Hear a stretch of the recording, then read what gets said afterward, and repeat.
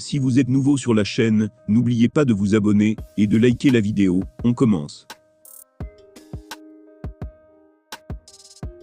Ridiculisé par Jon Jones lors du funeste UFC 285 début mars, Ciryl Gane est bien déterminé à revenir plus fort que jamais.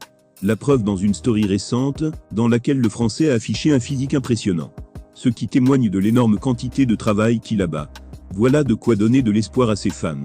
Si ce n'était pas toucher le fond, ça y ressemble. Terrassé en moins de 2 minutes par Jon Jones, dans le combat pour la ceinture à l'UFC 285, Ciryl Gane a dû affronter une déferlante de moqueries, d'insultes et de critiques. Une découverte violente pour celui qui avait jusqu'ici été plutôt protégé de ces phénomènes, et qui est surtout un vrai gentil dans le milieu. S'il n'a pas caché la difficulté de gérer cette période, le bon gamin a trouvé un refuge dans le travail. Dès les jours qui ont suivi son fiasco, il annonçait qu'il allait activement travailler sa lutte et son sol, afin de ne plus jamais subir ce que Jon lui a fait subir. Une démarche pertinente, réalisée en majorité dans l'ombre, loin des caméras et des projecteurs. Mais au-delà de la technique pure, il est important pour un poids lourd de la trempe du Français, de s'appuyer sur un physique clinquant. Et de ce côté-là, aucun doute à avoir, si l'on en croit une story récemment postée par le natif de La Roche-sur-Yon. La taille des bras pourrait en effet faire frémir n'importe quel adversaire ou presque. Raillé par Jon pour son côté supposément fainéant, ce qui n'a lui-même jamais vraiment nié, Gane semble travailler plus dur que jamais. Il faut dire que début septembre approche à grands pas, et que le tricolore devrait être en main F de l'UFC Paris 2e édition. L'événement se déroulera le 2 septembre prochain à l'Accor Arena. Son adversaire vient d'ailleurs d'être révélé, et il s'agira de Sergey Spivak. Un nom que personne ne connaissait. L'événement de septembre sera un moyen pour notre Frenchie de sentir l'amour du public, ce dont il aura besoin. Mais aussi d'effacer le goût amer de la défaite en retrouvant la satisfaction d'une victoire. Et ce comme l'an passé face à Tai Tuivasa. Ne laissez pas son éternel sourire vous tromper, lorsqu'il apparaît à droite et à gauche en public ou sur internet, Ciryl Gane est plus motivé que jamais à faire taire tous ceux qui lui ont craché dessus après sa déroute contre Jon. Physiquement en tout cas, le bon gamin affiche une forme resplendissante. De bon augure à quelques mois de l'UFC Paris. Pour dominer la redoutable division des poids lourds à l'UFC, mieux vaut s'appuyer sur une puissance détonnante. Désormais parti au PFL, Francis Ngannou doit en grande partie sa domination à cette caractéristique, dont il a récemment dévoilé l'étonnant secret.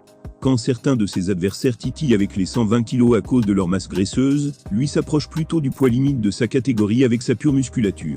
Plus qu'un simple athlète, Francis Ngannou fait figure de striker parmi les plus redoutés du milieu du MMA. Même un solide gaillard, comme Kamaru Usman paraît bien ridicule à côté de l'ex-champion des poids lourds de l'UFC. Malgré ses pépins physiques, Ngannou a toujours conservé un physique impressionnant, que beaucoup de ses rivaux aimeraient sans doute posséder. Or ce ne serait soi-disant pas grâce à son travail en salle de muscu, qu'il aurait gardé une telle forme. Dans une récente vidéo YouTube, le Predator a en effet avoué ne pas être un grand adepte de la fonte.